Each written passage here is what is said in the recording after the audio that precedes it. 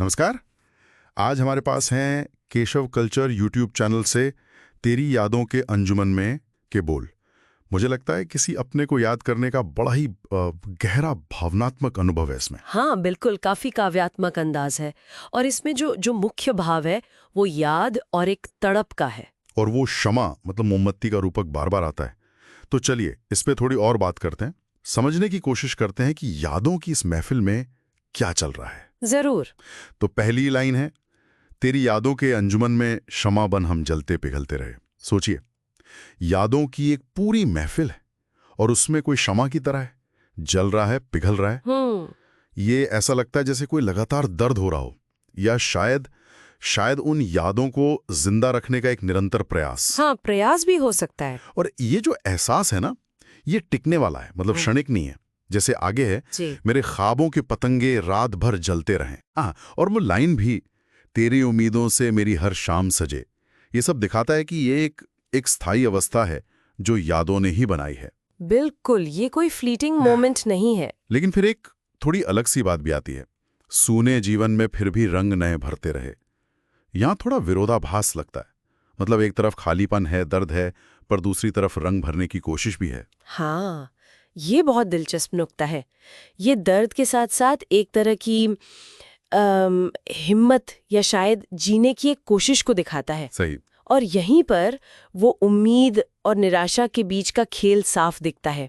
देखिए, तेरी उम्मीदों से मेरी हर शाम सजे, ये तो आशा है। हाँ। पर फिर तुरंत बाद, तू ना आए जो बन के क्षमा, अंधेरों में हम ढलते रहे। अगर वो उम्मीद पूरी नहीं होती तो निराशा है, अंधेरा है। और वो खामोशी वाला दर्द, कुछ ना बोलें पर हम अश्क बन बहते रहे, कुछ कहना नहीं बस आंसू। बिल्कुल, बिन कहे सब कुछ कह देना।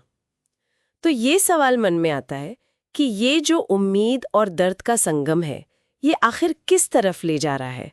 क्या ये जीने की वजह है या धीरे धीरे खत्म करने वाली चीज? अच्छा पॉइंट है। और वो ख्वाबों के पतंगे, ये इमेज बहुत पावरफुल है ना? हाँ। पतंगे जो लौ की तरफ जाते हैं और जल जाते हैं। हाँ। रात भर। हाँ, ये उस तड़प, उस जुनून को और गहरा करता है।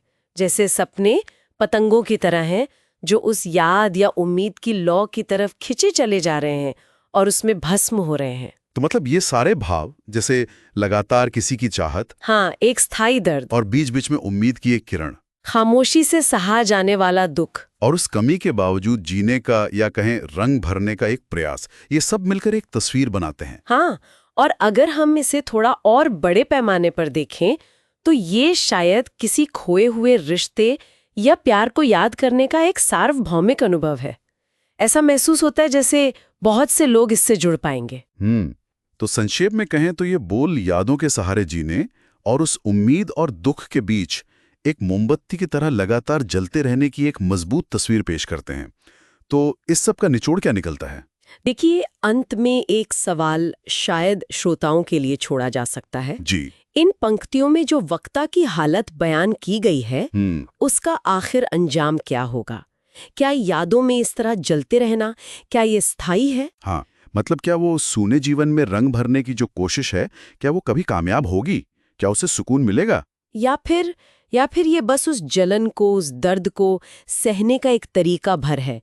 ये सोचने वाली बात है कि यादों का हमारी जिंदगी पर इतना गहरा असर, उसका अंत क्या होता है? बिल्कुल, सोचने पर मजबूर करने वाली पंक्तियां हैं।